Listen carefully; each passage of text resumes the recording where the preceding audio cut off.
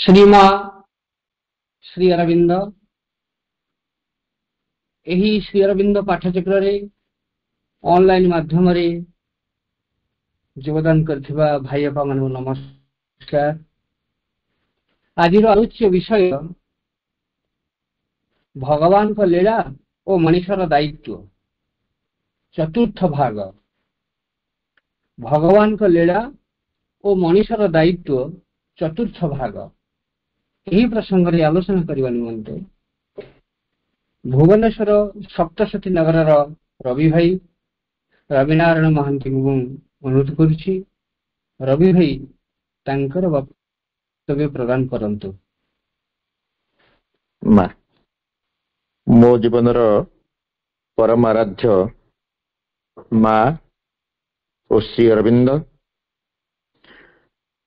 आत्मनसी आत्माकृष्ट मातृवांछित अभिप्सु भाई भौणी मान को मोर प्रणाम।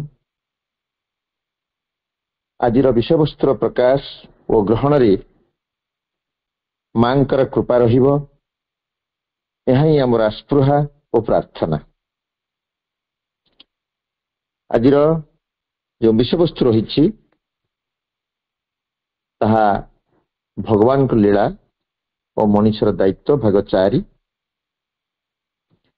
आलोचना माध्यम आमे जानिथिले जे मनुष्य प्रति जीवन एपिसोड रे प्रोग्रेसिव कॉन्शियसनेस रो अधिकारी हुए। श्री अरविंद भाषा एटा जे प्रति जन्म रे जीवन पर जीवन अतिक्रांत मनुष्य आसुची तार प्रति जन्म से प्रोग्रेसिव कॉन्शियसनेस रो अधिकारी हुए। गोटे एडवांस चेतनार अग्रगामी चेतनार अधिकारी हुए। केबे भी कौन सी परिस्थिति मनुष्य निम्नगामी चेतनार निम्नतर चेतनार आड़कू जाए ना। एटा गोटे श्री अरविंद बाणी एवं गोटे भल लाइन आम तापरे आउटे कथा मध्य आमे आलोचना मध्य जानिथिले जे प्रथमे जन्म हुआ पर मनुष्य केबे हेले अनुभव करे ना जेतबेले से कम चेतनशील होता है सेतबेले से अनुभव करि पारे ना सचिदानंद सृष्टि निजको बारित कर रखिचंती निजको अस्वीकार करछंती। ए कथाटा मध्य मनुष्य बुझी पारे ना। स्वतंत्र थांती हिडन फ्लोस भाव थांती लुक्कायित शक्ति भाव थांती किंतु निजको से बारित कर रखि थांती लुक्कायित कर रखि थांती बोली ये अनुभवटा मनुष्यर न थाए। तापरे मनुष्य जीवन रे अनुभव आसे जे relation between life and mind मन और प्राण ये संपर्क रे मनुष्य सचेत हुए। जीवन पर जीवन अतिक्रांत होला परे ए अवस्था रे मनुष्य मन रे विमूढ़ता था। ये जो लाइफ एवं माइंड ये जो जीवन जिते मनुष्य बंचे ता भितर विमूढ़ता थाए द्वंद्व थाए संशय थाए से गोटे in between state of consciousness थाए। एगुड़ाक गत आलोचना कही जे यू जहाँ जो सब घटे सबू लीलार अंश रूपे घटे भगवान लीलार अंश रूपे घटे एवं भगवान लीला भगवान जो कार्य करुछंती तार पश्चात आम मान भूमिका आम मान दायित्व बहुत थाए। ताले जो लाइफ माइंड कथा कहले से समय चिंता चैतन्यर द्वंद्वता मध्य मनुष्य बंचे। प्रायतः सबु सोल सबु मनुष्य जीवन में एपरी अवस्था आसी थाए ना से हुए निश्चेतनार ना हुए चेतनार कहली से गोटा in between state of consciousness रे गति करता है। ଏଇ ଯୋଉ ଅବସ୍ଥା ଇନବିଟୱିନ୍ ଷ୍ଟେଟ୍ ଅଫ୍ କନସିୟସନେସ୍ ଅବସ୍ଥା ଅତିକ୍ରମ ଜୀବନ ପରେ ଜୀବନ ମଣିଷ ଅତିକ୍ରମ କଲା ପରେ ବା ଏସବୁ ଜିନିଷକୁ ସେ ଆକ୍ଟ କରି କରି ଅନୁଭବ କରି କରି ଏକ୍ସପିରିଏନ୍ସ ନେଇ ନେଇ ଜୀବନ ବଞ୍ଚି ଚାଲେ। ତାପରେ ଆଉ ଗୋଟେ କଥା ମେଜର କଥାଟି ଆମେ ଆଲୋଚନା କରିଥିଲେ ତା ହଉଛି relation is being in super mind it is the ଫୁଲଫିଲ୍ଡ existence which eventually solves all complex problems। ଶ୍ରୀଅରବିନ୍ଦଙ୍କ ବାଣୀ ଶ୍ରୀଅରବିନ୍ଦ କହୁଛନ୍ତି ଯେତେବେଳେ ଲାଇଫ୍ ଆଉ ମାଇଣ୍ଡର ଅବସ୍ଥାଟାକୁ ସେଇ ଷ୍ଟେଟ୍ ଅଫ୍ କନସିୟସନେସଟାକୁ ମଣିଷ ଅତିକ୍ରମ କରିଯାଏ ତାପରେ ମଣିଷ ଭିତରେ ଆସେ relation is being in super mind. ଅତିମାନସର କଥା ତା ଜୀବନକୁ ଆସେ। ଅତିମାନସର ଅବସ୍ଥା କଣ ସେ କହୁଛନ୍ତି ଇଟ୍ ଇଜ୍ ଦି ଫୁଲଫିଲ୍ଡ ଏକ୍ଜିଷ୍ଟେନ୍ସ। ଏଇଟା ହଉଛି ମଣିଷର ଗୋଟେ ପୂର୍ଣ୍ଣତାର ସ୍ଥିତି ସମ୍ପୂର୍ଣ୍ଣତାର ସ୍ଥିତି which eventually solves all complex problems ଯୋଉଟା କି ସମସ୍ତ ପ୍ରକାର ସମସ୍ୟାର ସମାଧାନ କରାଇଥାଏ।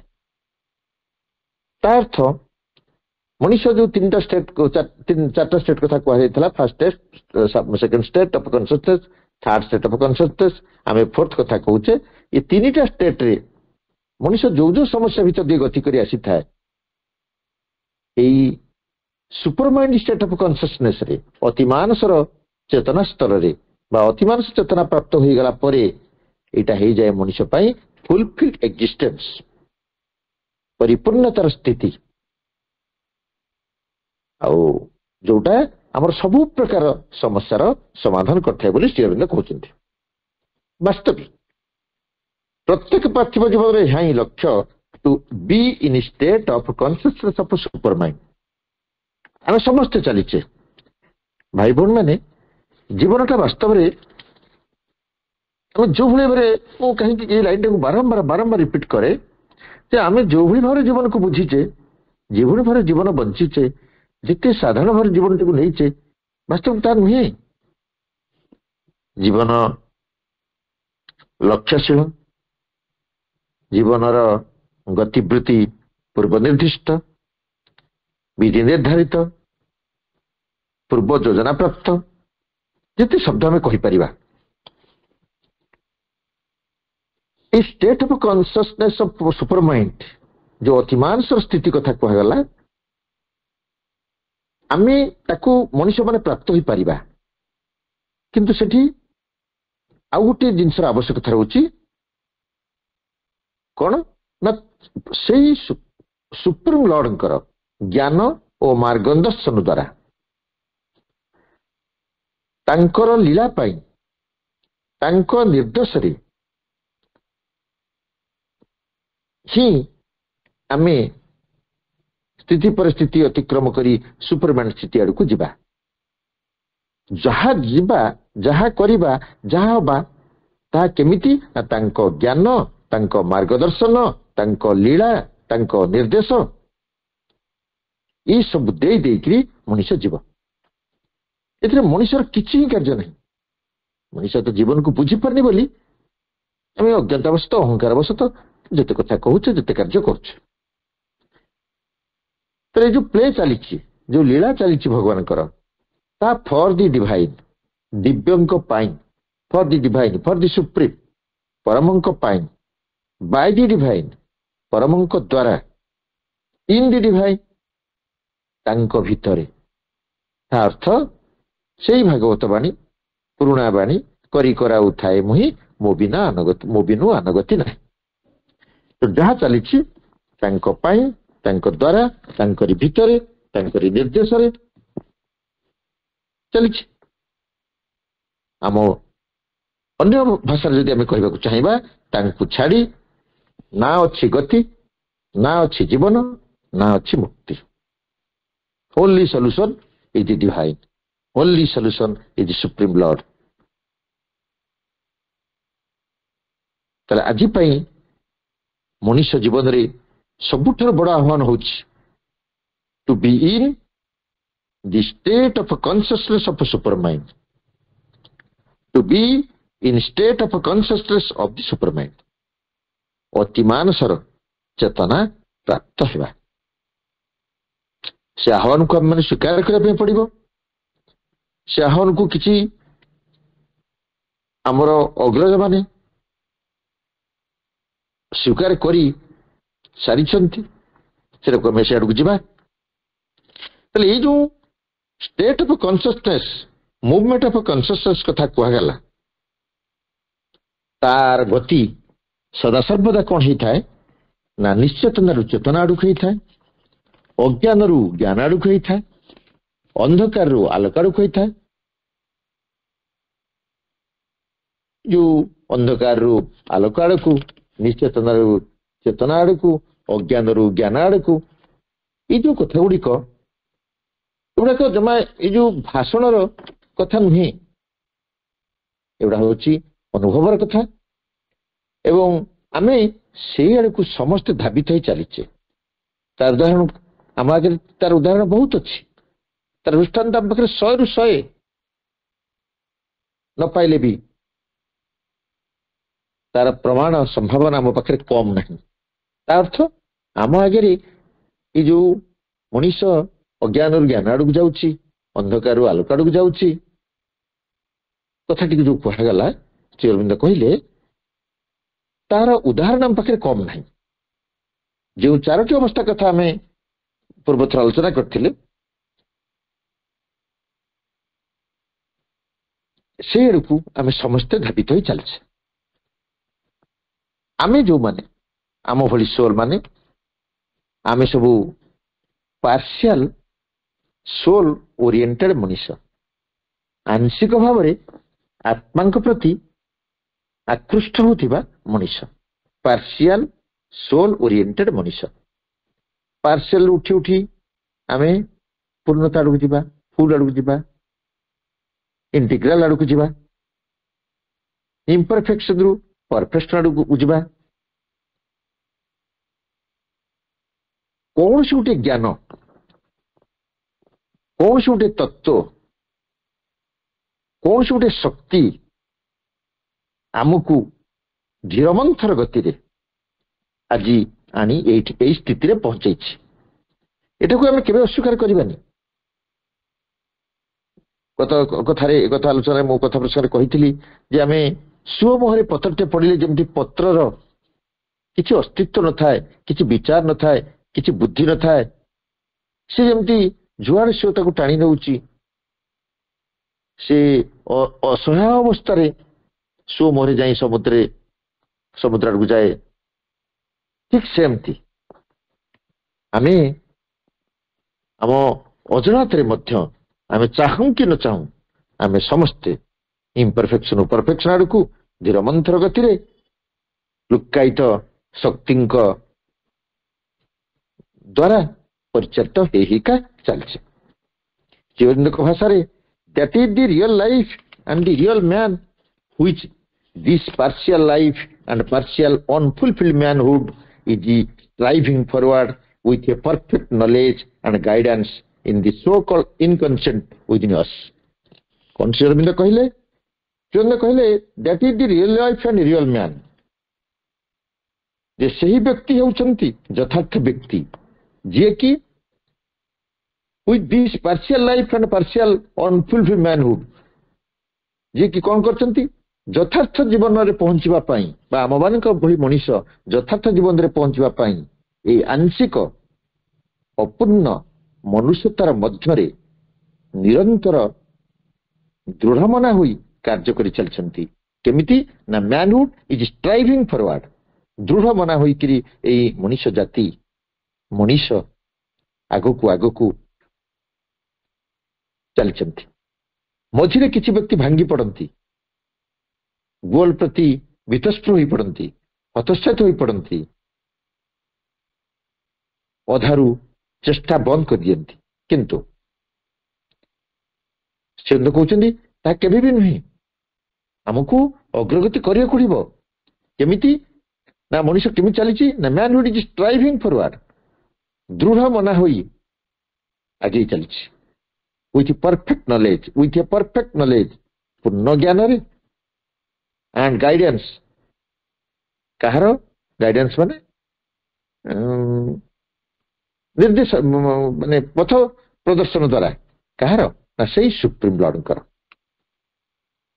With perfect knowledge, with guidance of in concept within ଅସ୍।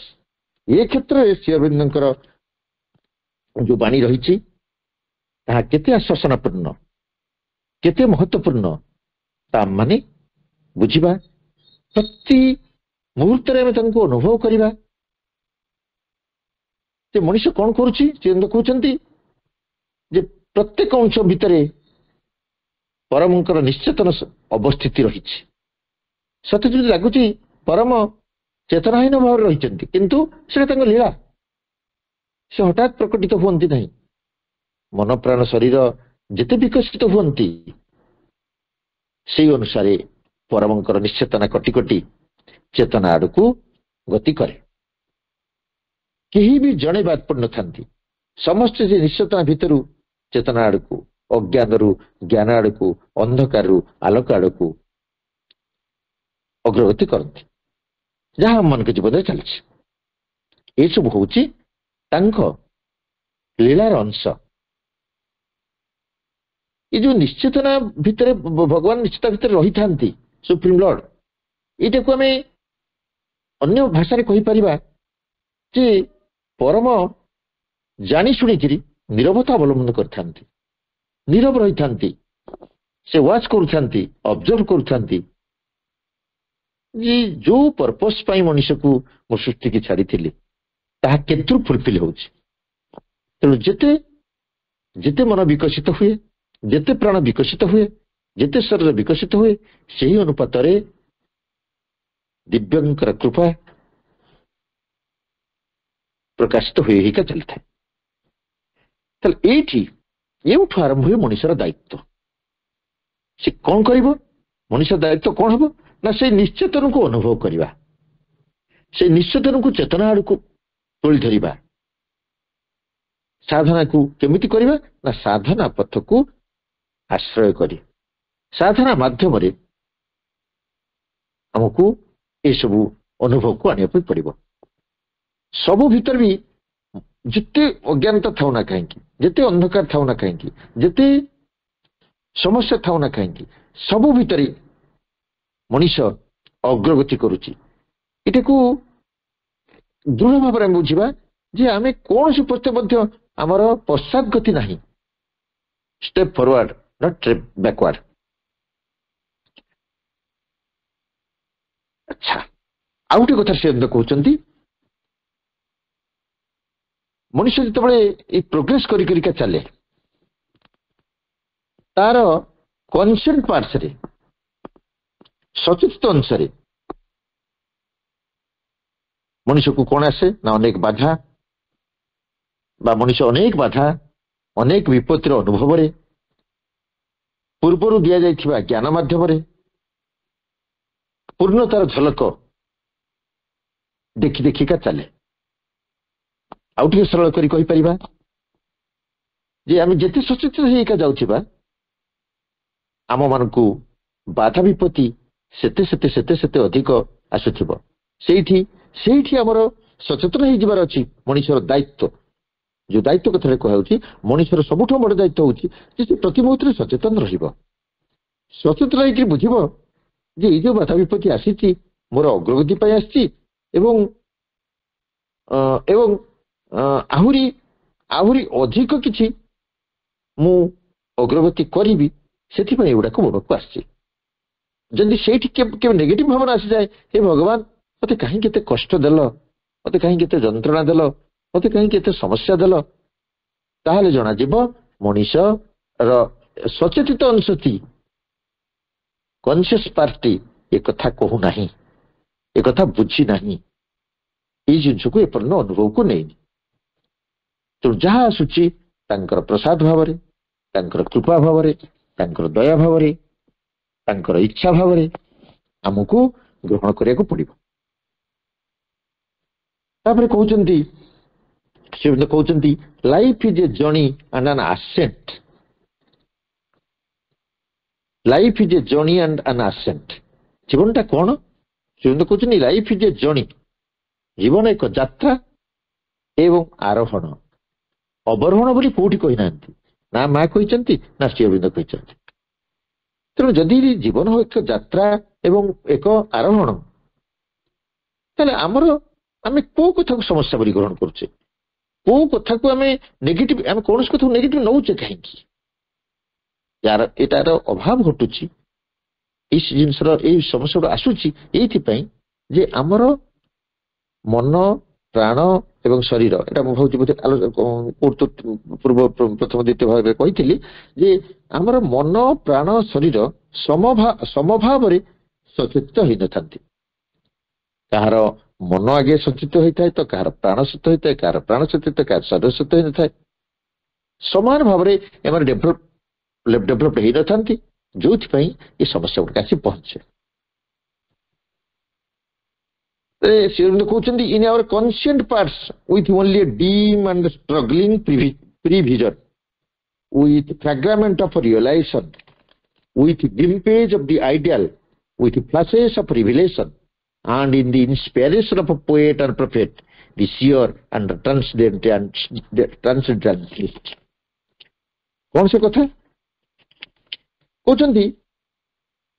ଆମେ ଯୋଉ ଜୀବନ ପରେ ଜୀବନ ଅତିକ୍ରମ କରିକିରି କେମିତି ନା ବାଧା ବିପତ୍ତିର ଅନୁଭବରେ, ପୂର୍ବଦୃଷ୍ଟ ଜ୍ଞାନ ମାଧ୍ୟମରେ ପୂର୍ଣ୍ଣତାର ଝଲକ ଆଡକୁ ଚାଲିଛେ, ପୂର୍ଣ୍ଣତାକୁ ଦେଖୁଛେ। ଏଇଠି କୋଶ୍ଚିନ୍ ଆସିବ, କିଏ ଦେଖିଛି? ଏଇ କଥାକୁ ସେ ସ୍ପଷ୍ଟ କରୁଛନ୍ତି। ସଚେତିତ ଅନୁସାରେ with only a dim and struggling prevision, ଗୋଟେ ଯୁଦ୍ଧରତ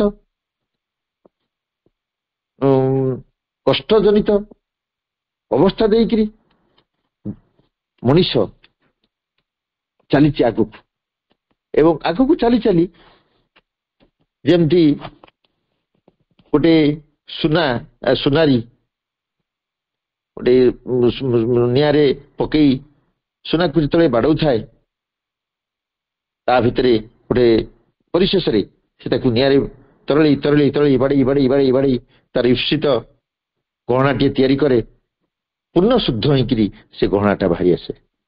ଠିକ ସେମିତି ମଣିଷ ଜୀବନରେ ବା ଆମମାନଙ୍କ ଜୀବନରେ ଆମେ ପ୍ରତି ଜନ୍ମରେ ଟିକେ ଟିକେ ଟିକେ ଟିକେ ଯେମିତି ପାହାର ଖାଇ ଖାଇ ଖାଇ ଖାଇ ଆଜି ଆସି ଖାଦ ମିଶା ସୁନାରେ ପହଞ୍ଚିଛେ। କୋଉ ଜନ୍ମରେ ଶୁଦ୍ଧ ସୁବର୍ଣ୍ଣରେ ପରିଣତ ହବା, ସେଟା ପରବର୍ତ୍ତୀ କଥା, ସେଟା ତାଙ୍କର ଇଚ୍ଛା କଥା। ତେବେ ଆମର ଏଇ ଯୋଉ ଆମେ ଯେ ପ୍ରଗତି କରୁଛେ ତାର ଯୋଉ ଉଦାହରଣ 100% କଥା ମୁଁ କହୁଥିଲି ଟିକେ ଆଗରୁ, ସେଗୁଡାକ ଆମେ ବୁଝିବାକୁ ଚାହିଁବା। ଶ୍ରୀଅରବିନ୍ଦ କହୁଛନ୍ତି glimpses of the ideal with flashes of revelation, and in the inspiration of a poet and prophet, the seer and transcendentalist. କଣ ସେ କଥା? ଆମ ଆଗରେ ଯୋଉ ସଚେତିତ ଆତ୍ମା ଗୁଡିକ ରହିଛନ୍ତି, ସେ କୋଉ ରୂପରେ ଆମ ମାନଙ୍କୁ ଦେଖା ଦିଅନ୍ତି ବା ଆମ ଆଗରେ ରହିଛନ୍ତି ବା ଆମେ ଦେଖୁଛେ, ତାକୁ ପ୍ରକାଶ କରିବାକୁ ଯେଉଁ ଶ୍ରୀଅରବିନ୍ଦ କହୁଛନ୍ତି ଯେ ମଣିଷ ଚେତନାରେ ଦୁଇଟି ଅଂଶ ରହିଛି। ଗୋଟିଏ ହଉଛି ଅସଚେତିତ, ଆଉ ଗୋଟେ ହଉଛି ସଚେତିତ। ଗୋଟିଏ କନସିୟସ୍, ଗୋଟେ ଅନକନସିୟସ୍ ପାର୍ଟ। ଯୋଉଟା ଅସଚେତିତ ଅଂଶଟି, ଅନକନସିୟସ୍ ପାର୍ଟଟି ମଣିଷର କଣ କରେ ନା ପୂର୍ଣ୍ଣ ଜ୍ଞାନର ଅନୁଭବ ଆଂଶିକ ଭାବରେ ନିଏ। ଅସଚେତିତ ଅଂଶଟି ପୂର୍ଣ୍ଣ ଜ୍ଞାନର ଅନୁଭବଟାକୁ ଆଂଶିକ ଭାବରେ ନିଏ। ଯୋଉଟା କହିଲେ ଆମେ ପାର୍ସିଆଲି, ଆଂଶିକ ଭାବରେ ସେଇ ପୂର୍ଣ୍ଣ ଜ୍ଞାନକୁ, ସେଇ ସୁପ୍ରିମ ଲର୍ଡଙ୍କର ଚେତନାକୁ ଏଇ ପାର୍ସିଆଲ ଅନୁଭବ କରୁଥିବା ମଣିଷଟିଏ ପାର୍ସିଆଲି ନିଏ। ଯେତେବେଳେ ଫୁଲ କନସିୟସ୍ ହେଇନି, ସେ ଫୁଲି ନେଇପାରେ ନାହିଁ। ଜୀବନ ପରେ ଜୀବନ ଏମିତି ଅତିକ୍ରମ ହୁଏ। ଅନ୍ୟ ପକ୍ଷରେ ଯୋଉ ସଚେତିତ ଅଂଶଟି କଣ କରେ, ପୂର୍ଣ୍ଣତାର ଆଂଶିକ ଅଂଶଟିକୁ ଅନୁଭବନ ସହିତ ଆଂଶିକ ଭାବରେ ଦେଖେ। ଏ କଥାଟା ଟିକେ ବୁଝିବା ଭଲ କରି ଯେ ଯୋଉ ସୋଲଟି ଯୋଉ ସୋଲଟି ଗୋଟେ ଭଲ ମନ, ଭଲ ପ୍ରାଣ, ଭଲ ଶରୀରକୁ ନେଇକରି ବଞ୍ଚିଥାଏ, ତାକୁ ଆମେ କହିବା କନସିୟସ୍ ସୋଲ, conscious mind, conscious vital, conscious body. କାରଣ ସେମାନେ ଏଇମାନେ କନସିୟସ୍ ନହେଲେ ଆନାଦର ସୋଲଟି କେବେ ହେଲେ କନସିୟସ୍ ହେଇପାରିବେନି। କନସିୟସ୍ କହିବାଟା ଭୁଲ ହେଇଗଲା, ଯେ ଏମାନେ କନସିୟସ୍ ନହେଲେ ସୋଲଟି ଅଧିକ କନସିୟସ୍ ହେଇପାରିବେ ନାହିଁ। ସୋଲ ଇଜ ଇଟସେଲ୍ଫ କନସିୟସ୍। ତାଙ୍କୁ ଆହୁରି ଏମାନଙ୍କର ଏଇ ମନପ୍ରାଣ ଶରୀରର ସାରାଂଶରୁ, ସଚେତନ ଅଂଶର ସାରାଂଶରୁ ସୋଲ, ଗତଥର ଆମେ ଆଲୋଚନା କରିଥିଲେ, ସୋଲ ସ୍ପିତ ହୋଇଥାନ୍ତି, ଏକ୍ସପାଣ୍ଡେଡ ହେଇଥାନ୍ତି। ତାଙ୍କର କଳେବର ବୃଦ୍ଧି ପାଇଥାଏ। କଳେବର ବୃଦ୍ଧି ମାନେ ଗୋଟେ ଏମିତି ଆକାରରେ ନୁହେଁ, ଚେତନାରେ। ଏଇଥିପାଇଁ ଯେ ସଚେତନ ହେଇଥିବା ଆତ୍ମାଟି ଷ୍ଟ୍ରଗଲ କରିକି, କେମିତିଆ ଷ୍ଟ୍ରଗଲ ନା with a dim and struggling vision, ଏକ କ୍ଷୀଣ ଓ ସଂଘର୍ଷଯୁକ୍ତ ଯୁଦ୍ଧରତ ପୂର୍ବ ଦୃଷ୍ଟିରେ, ଅର୍ଥାତ୍ ସଚେତିତ ସ୍ତରରେ ସଞ୍ଚିତ ଚେତନା ଦୃଷ୍ଟିରେ ଅନୁଭବର ସୁଗନ୍ଧରେ ସଚେତିତ ଆତ୍ମାଟିଏ ଆଗକୁ ଯାଇଥାଏ। ତାକୁ ଆଉ ଟିକେ ସରଳ କରି ଆମେ କହିପାରିବା ଯେ ପ୍ରତ୍ୟେକ ଆତ୍ମା ଗୋଟେ କ୍ଷୀଣ ଯୁଦ୍ଧରତ ଅବସ୍ଥା ଦେଇ ଦେଇ ଜୀବନ ପରେ ଜୀବନ ପୂର୍ବ ଜନ୍ମର ଯୋଉ ସଚେତିତ ସଞ୍ଚିତ ହୋଇଥିବା ଚେତନାକୁ ପୁଞ୍ଜି କରି, ପୂର୍ବ ଜନ୍ମର ସଞ୍ଚିତ ଚେତନାକୁ ଆଧାର କରି, ତାଙ୍କର ପୂର୍ବ ଜନ୍ମର ସେଇ ସଞ୍ଚିତ ଚେତନାର ସୁଗନ୍ଧକୁ, ଅନୁଭବକୁ ନେଇକିରି ଆଗକୁ ବଢିଥାନ୍ତି। ଆମେ ବି ବଢି ଚାଲିଛେ। ମୁଁ କହେ ସବୁବେଳେ ଯେ ଆମେ କେବେ ବି ନିଜକୁ ଛୋଟ ମନେ କରିବା ନାହିଁ। କୋଉଠି ଆମ ପ୍ରତ୍ୟେକଙ୍କ ପାଖରେ କୋଉଠି ନା କୋଉଠି କିଛି ଅସୁବିଧା ରହିଛି। ଅସୁବିଧା ଇନ୍ ସେନ୍ସ ଅବିଗୁଣ ରହିଛି। ମୁଁ କହେ ସେଟା ଅବିଗୁଣ ଶବ୍ଦଟାକୁ, ଯେ ଅବିଗୁଣ ରହିଛି। ସେଥିପାଇଁ ଆମର ମାନେ ରୋଦନ କରିବା କିଛି ଦରକାର ନାହିଁ, ବସି କାନ୍ଦିବା କିଛି ଦରକାର ନାହିଁ। ଟୁ ଏରର ଇଜ ହ୍ୟୁମାନ, ମଣିଷ ପାଖରେ ହିଁ ଭୁଲ, ମଣିଷ ପାଖରେ ଭୁଲ ରହିବ। ସେଥିପାଇଁ ତ ଆମେ ମଣିଷ, ଆମେ ଭଗବାନ ହେଇନେ ନା।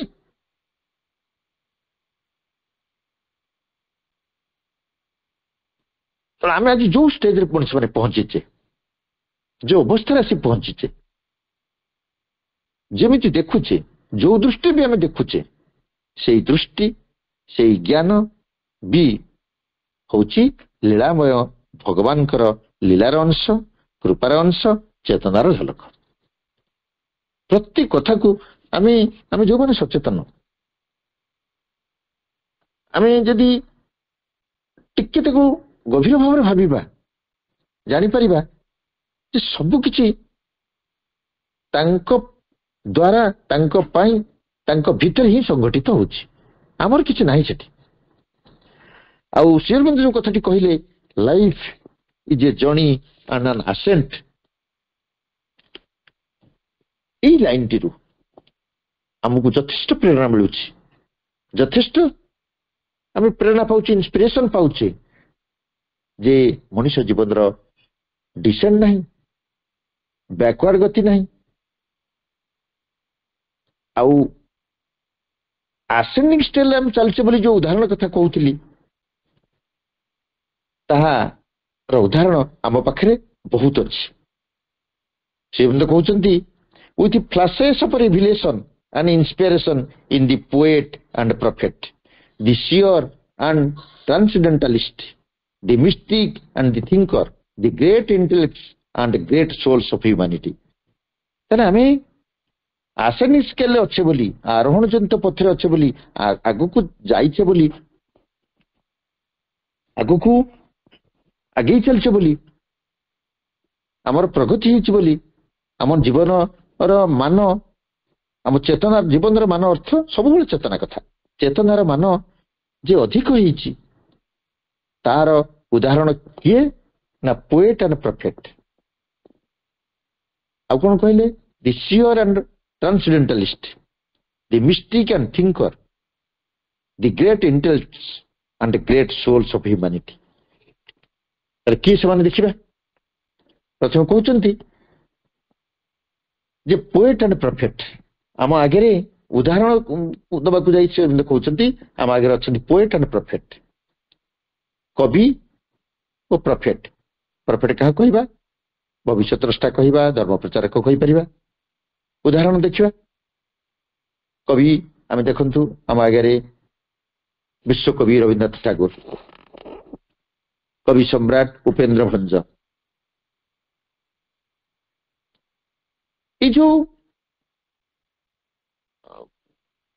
ଆଖିରେ ଆମେ ଦେଖୁଛେ ଏଇଭଳି ଜ୍ଞାନୀ ଗୁଣୀ ବ୍ୟକ୍ତିମାନଙ୍କୁ, ଏଇଭଳି ପବିତ୍ର ଆତ୍ମାମାନଙ୍କୁ, ଏଇଭଳି ଅଧିକ ଚେତନଶୀଳ ଆତ୍ମାମାନଙ୍କୁ, ସେମାନେ ଆମେ ଆମେ ଆମଠାରୁ ଡେଫିନେଟଲି ସେମାନଙ୍କର ସୋଲ୍ ଅଧିକ ଅଭିଜ୍ଞ,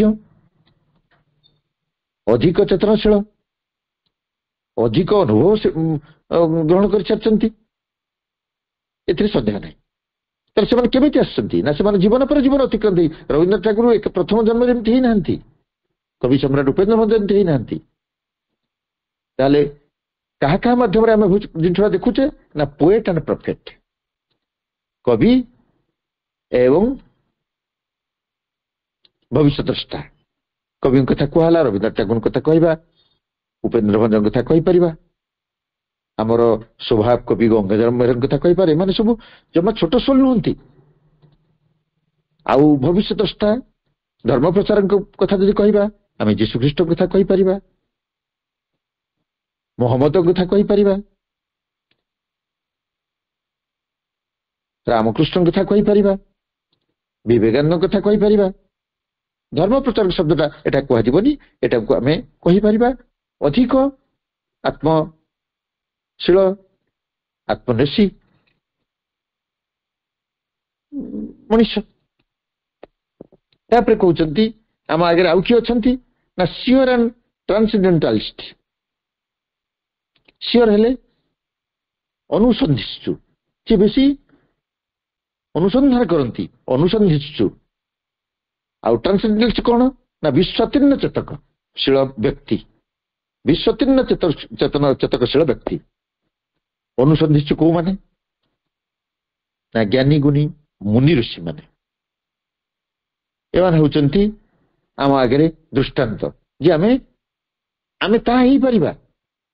ଆମେ ଆଜିର ମଣିଷ, ଆମେ କାଲିର ରବୀନ୍ଦ୍ର ଟାଗୋର, କାଲିର ଉପେନ୍ଦ୍ର ଭଞ୍ଜ, କାଲିର ମହମ୍ମଦ, କାଲିର ଯୀଶୁଖ୍ରୀଷ୍ଟ, କାଲିର ରାମକୃଷ୍ଣ, କାଲିର ବିବେକାନନ୍ଦ। ଏଥିରେ କୌଣସି ସନ୍ଦେହ ନାହିଁ। ଆମେ ପ୍ରତି ଜନ୍ମରେ ଏମିତି ପଦେ ପଦେ ପଦେ ପଦେ ଅଗ୍ରସର ହେଇକି ସେଠି ପହଞ୍ଚେ। ତାହେଲେ ସିଓର ଆଣ୍ଡ ଟ୍ରାନ୍ସେଣ୍ଡେଣ୍ଟ ହେଲେ ଅନୁସନ୍ଧିତ୍ସୁ, ମୁନି ଋଷି। ତାପରେ ଆସିଲେ ବିଶ୍ୱତୀର୍ଣ୍ଣ ଚେତକଶୀଳ ବ୍ୟକ୍ତି, ଯୋଉମାନେ ଆଧ୍ୟାତ୍ମିକ ସାଧକ। ମୁଁ ସେଠି ଯୋଉ ରାମକୃଷ୍ଣ ବିବେକାନନ୍ଦ କହିଲି, ରାମକୃଷ୍ଣ ବିବେକାନନ୍ଦଙ୍କ ଉଦାହରଣଟା ଏଇଠି ବେଶୀ ହବ। ଟ୍ରାନ୍ସେଣ୍ଡେଣ୍ଟାଲିଷ୍ଟ ରାମକୃଷ୍ଣ ବିବେକାନନ୍ଦ ଏଠି ବେଶୀ ହେବେ। ସିଓର ଆଣ୍ଡ ଟ୍ରାନ୍ସେଣ୍ଡେଣ୍ଟାଲିଷ୍ଟରେ ଆସିବେ ବେଶୀ। ସିଓର ହେଲେ ମୁନି ଋଷି ମାନେ, ଏବଂ ରାମକୃଷ୍ଣ ବିବେକାନନ୍ଦଙ୍କ ଉଦାହରଣକୁ ଆମେ ନେଇବା ଟ୍ରାନ୍ସେଣ୍ଡେଣ୍ଟାଲିଷ୍ଟ ଭାବରେ ବା ବିଶ୍ୱତୀର୍ଣ୍ଣ ଚେତନଶୀଳ ବ୍ୟକ୍ତି ଭାବରେ। ବିଶ୍ୱକୁ ଆସିଛନ୍ତି ଅଧିକ ଚେତନଶୀଳ ବ୍ୟକ୍ତି, ସେମାନେ ହେଉଛନ୍ତି ଏହାର ଉଦାହରଣ। ତାପରେ ସେ କହୁଛନ୍ତି ଆଉ କିଛି ଲୋକଙ୍କୁ ଆମେ ଦେଖିଛେ, ତାଙ୍କ ଭିତରେ କହିଲେ ମିଷ୍ଟିକ୍ ଆଣ୍ଡ ଥିଙ୍କର, ଗୁହ୍ୟବାଦୀ ଓ ମନୀଷୀ। ଥିଙ୍କର ଏଠି କହିବା ମନୀଷୀ, ଯେଉଁମାନେ ଯଥେଷ୍ଟ ଭାବନ୍ତି, ଯଥେଷ୍ଟ ସେମାନଙ୍କର ଭାବନା ଚେତନାଶୀଳ ଭାବନା, ତାଙ୍କର ଉଚ୍ଚତର ଚେତନା ତାଙ୍କ ମନ ଭିତରେ ଉଦ୍ରେକ ହୁଏ। ମିଷ୍ଟିକ୍ ହେଲେ ଗୁହ୍ୟବାଦୀ, ଆଉ ଥିଙ୍କର ହେଲେ ମନୀଷୀ ବା ଜ୍ଞାନଶୀଳ ସମ୍ପନ୍ନ ବ୍ୟକ୍ତି, ଧୀ ସମ୍ପନ୍ନ ବ୍ୟକ୍ତି। ଉଦାହରଣ, ଗୁହ୍ୟବାଦୀ ହେଉଛନ୍ତି, ଆମେ ଗୋଟେ ଉଦାହରଣ ପାଇବା ରୁମି, ଜଣେ ଗୁହ୍ୟବାଦୀ ମଣିଷ। ଗୁରୁ ନାନକ, କବୀର, ଏମାନଙ୍କୁ ଆମେ ମନୀଷୀର ଆଖ୍ୟା ଦେଇପାରିବା। ଏମାନଙ୍କ ବିଷୟରେ ଆମ ଇତିହାସରୁ ଜାଣିଛେ। ଆମ ଆଗରେ ଯଥେଷ୍ଟ ଏଇଭଳି ଜ୍ଞାନୀ ଗୁଣୀ ସମ୍ପନ୍ନ ବ୍ୟକ୍ତି ମାନଙ୍କର ଉଦାହରଣ ରହିଛି। ତାପରେ କହିଲେ the great intellects and the great souls of humanity. Great intellects, intellectual ପ୍ରଖର ଜ୍ଞାନଶୀଳ ବ୍ୟକ୍ତି ଆଉ ଗ୍ରେଟ୍ ସୋଲ୍ସ ମହାତ୍ମା ମହାନ ଆତ୍ମା ଗ୍ରେଟ୍ ସୋଲ୍ସ। ତାର ଉଦାହରଣ ଆମେ କେମିତି ଦେବା? ପ୍ରଖର ଜ୍ଞାନଶୀଳ ବ୍ୟକ୍ତି ପ୍ରଥମ ଇଣ୍ଟେଲେକ୍ଟ ଜ୍ଞାନଶୀଳ ବ୍ୟକ୍ତି କିଏ? ଆମେ କହିପାରିବା ଡକ୍ଟର ଅବଦୁଲ କାଲାମ କହିପାରିବା,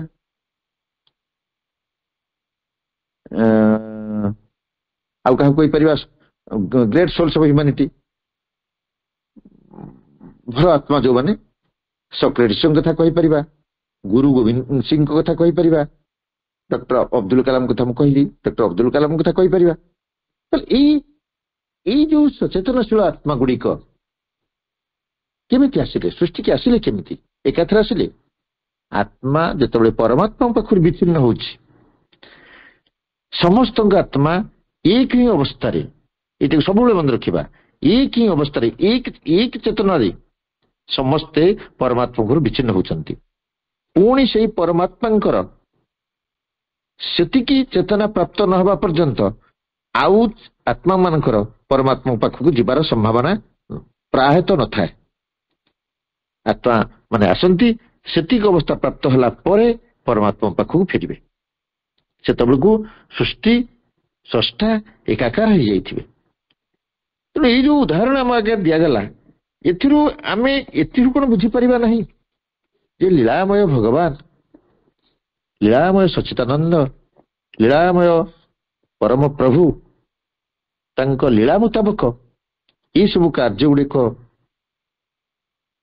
ତ୍ୱରାନ୍ୱିତ କରାଉଛନ୍ତି ଏବଂ କାହାକୁ ନେଇ?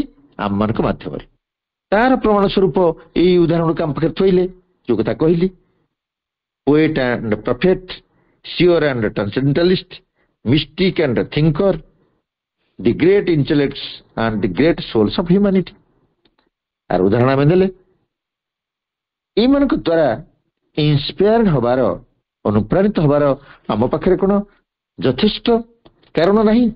ଏଇମାନେ କଣ ଏତିକିରେ ଆମେ ବୁଝିପାରିବାନି ଯେ ଏମାନେ ଆମ ପୂର୍ବରୁ ଆମରି ଅବସ୍ଥାରେ ଥିଲେ, ତାର ପୂର୍ବବର୍ତ୍ତୀ ଅବସ୍ଥାରେ ଥିଲେ, ଆଜି ଏ ଅବସ୍ଥାରେ ଆସି ପହଞ୍ଚନ୍ତି ବୋଲି? ଏହା ହିଁ ହେଉଛି ଆମମାନଙ୍କର ଆରୋହଣ ସ୍ଥିତିର ଉଦାହରଣ। ଏଇମାନଙ୍କର କଥା ଯୋଉ ଆଲୋଚନା କରାହେଲା, ଏମାନେ ହେଉଛନ୍ତି ଆମ ମଣିଷ ମାନଙ୍କ ପାଇଁ ଆରୋହଣ ସ୍ଥିତିର ଉଦାହରଣ, ଆମ ଆସେଣ୍ଟ ଗତିର ପ୍ରମାଣ। କିନ୍ତୁ ଏଇ କଥାକୁ ମଣିଷ ମୋଟେ ବୁଝିବାକୁ ନାରାଜ। ମଣିଷ ମାନେ ସବୁ ମଣିଷ ନୁହେଁ, କିଛି ମଣିଷ। ଆମେ ତ ବୁଝିଲେଣି, ଆମେ ନିଶ୍ଚିତ କହିବା ଆମେ ବୁଝିଲେଣି, କାହିଁ ପାର୍ଥକ୍ୟ ବସି କରୁଥାନ୍ତେ? କଣ ପାଇଁ ବସିଥାନ୍ତେ? କଣ ପାଇଁ ଆମ ଭିତରେ ଅନୁସନ୍ଧିତ ଜାଗ୍ରତ ହେଇଥାନ୍ତା? କଣ ପାଇଁ ଆମେ କୋଉଠି ଗୋଟେ ଆଧ୍ୟାତ୍ମିକ ଆଲୋଚନା କଥା ଶୁଣିଲେ ମନ ପ୍ରାଣ ବ୍ୟାକୁଳିତ ହଉଛି? No doubt we are progressing. କେବେ ବି କହିବା ନାହିଁ ଯେ ମୁଁ ଗୋଟେ ଅଧମ। ସବୁବେଳେ କହିବା ସିଲେକ୍ଟେଡ ସୋଲ୍, ବଛା ହେଇଥିବା ଆତ୍ମା। କାରଣ ଏଇ ଯୋଉ ଲୀଳା ମାଧ୍ୟମରେ ସେ ଆମକୁ ନଉଛନ୍ତି, ତାକୁ ବୁଝିବା ହଉଛି ଆମମାନଙ୍କର ଦାୟିତ୍ୱ। ଏସବୁ କରିବା ପରିବର୍ତ୍ତେ, ୟାକୁ ଅନୁଭବ କରିବା ପରିବର୍ତ୍ତେ, ବୁଝିବା ପରିବର୍ତ୍ତେ, ଦାୟିତ୍ୱର ବୋଝ ଗ୍ରହଣ କରିବା ପରିବର୍ତ୍ତେ ମଣିଷ ଭାବୁଛି ଯେ ସଂସାରଟା ଗୋଟେ ସମସ୍ୟା, ସଂସାରଟା ଗୋଟେ ସମସ୍ୟାରେ ପୂର୍ଣ୍ଣ। ବଟ୍ ମନେ ରଖିବା ଭାଇ ଭଉଣୀ ମାନେ, ନଥିଂ ଇଜ୍ ପ୍ରୋବ୍ଲେମ। ସମସ୍ୟା କିଛି ନାହିଁ। ଯାହାକୁ ଆମେ ସମସ୍ୟା ବୋଲି କହୁଛେ, ସେଟା ହଉଛି ଆମ ଅଜ୍ଞାନତାର ଦୃଷ୍ଟି,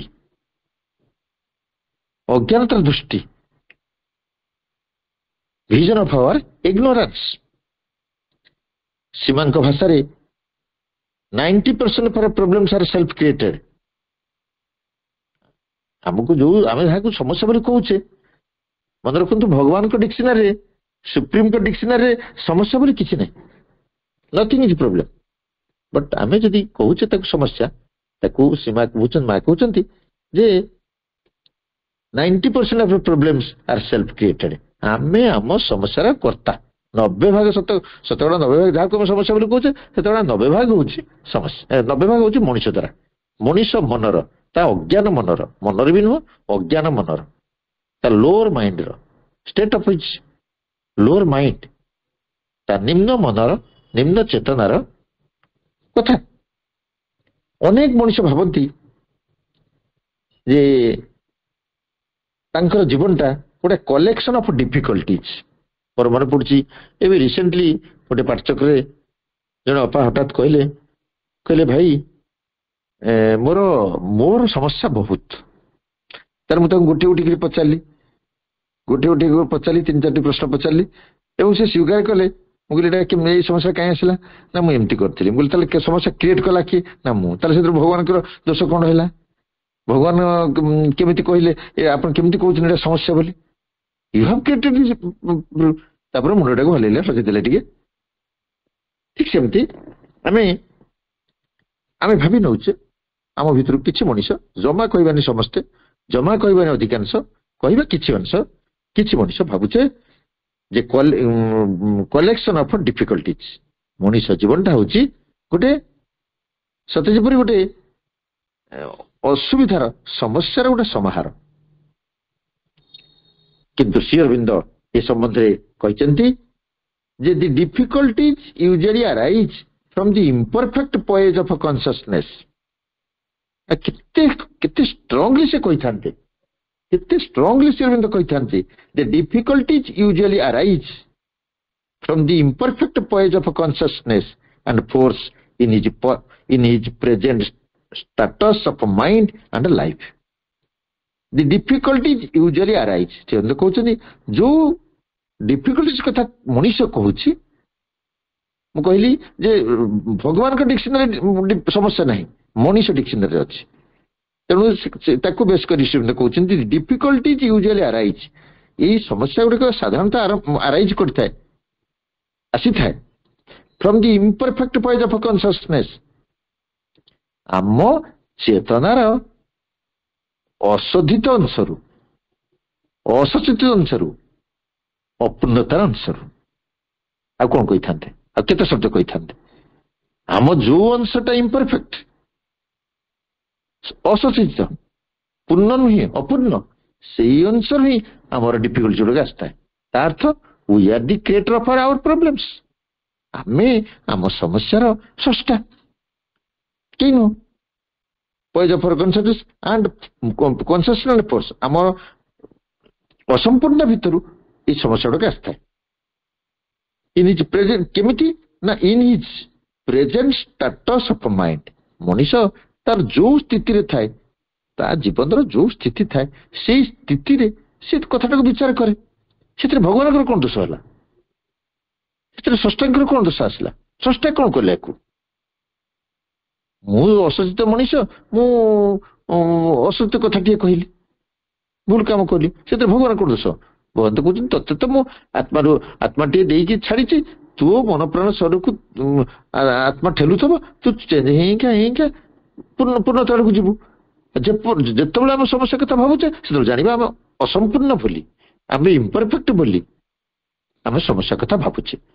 ମନେ ରଖନ୍ତୁ, ଗୋଟିଏ ପରଫେକ୍ଟ ମଣିଷ, ଗୋଟିଏ କନସିୟସ୍ ମଣିଷ କେବେ ହେଲେ କୋଉ କଥାକୁ ସମସ୍ୟା ବୋଲି କହିବ ନାହିଁ। ଏଟାକୁ ଗୁରୁମନ୍ତ୍ର ବୋଲି ଗ୍ରହଣ କରିବା ଯେ କୌଣସି ସଚେତିତ ମଣିଷ କୌଣସି ସମସ୍ୟାକୁ ସେ ଭଗବାନଙ୍କ ଦ୍ୱାରା ହେଇଛି ବୋଲି କେବେ ବି କହିପାରିବ ନାହିଁ। କହିବ ତ ନାହିଁ, ତାର କନସିୟସ୍ ପାର୍ଟି କେବେ ତାକୁ ସ୍ୱୀକାର କରିବ ନାହିଁ। ତେଣୁ ଇମ୍ପରଫେକ୍ଟ ପାର୍ଟରୁ ହିଁ ଆମର ଆସିଥାଏ କଣ? ଏଇ ଡିଫିକଲ୍ଟି ଗୁଡାକ ଉଠିଥାଏ, ଯାହାକି ଆମ ଜୀବନର ବର୍ତ୍ତମାନ ସ୍ଥିତିର ମାନ୍ୟତା ଅନୁଯାୟୀ, ବର୍ତ୍ତମାନ ସ୍ଥିତିର ଅବସ୍ଥାକୁ ଆଧାର କରି ବା ଅବସ୍ଥା ଅନୁଯାୟୀ ତା ଜୀବନରେ ସମସ୍ୟା ଆସିଥାଏ। ଯୋଉ ଚେତନା ଯୋଉ ସ୍ତରରେ ସେ ଅଛି, ସେ ସବୁ ସେଇ ଦୃଷ୍ଟିରେ ସବୁଗୁଡାକୁ ଦେଖୁଛି। ଏଥିରେ ରହିଛି ତାର କଣ ନା ଇମ୍ପରଫେକ୍ଟ କନସିୟସନେସ୍ ର ଦୃଷ୍ଟି ଏବଂ ଶକ୍ତି। ତା ଅପୂର୍ଣ୍ଣ ତାର ଦୃଷ୍ଟି, ଅପୂର୍ଣ୍ଣ ତାର ଶକ୍ତି ତା ପାଖରେ ରହିଛି। ଏଇ ଯୋଉ ସମସ୍ୟା ଗୁଡିକ ମଣିଷ ଜୀବନରେ ଆସେ,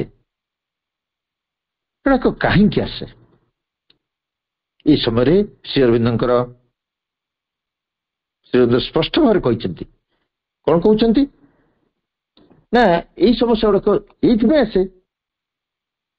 ଏକ ହେଉଛି ମଣିଷ man is aware only of a small part of his own Bing.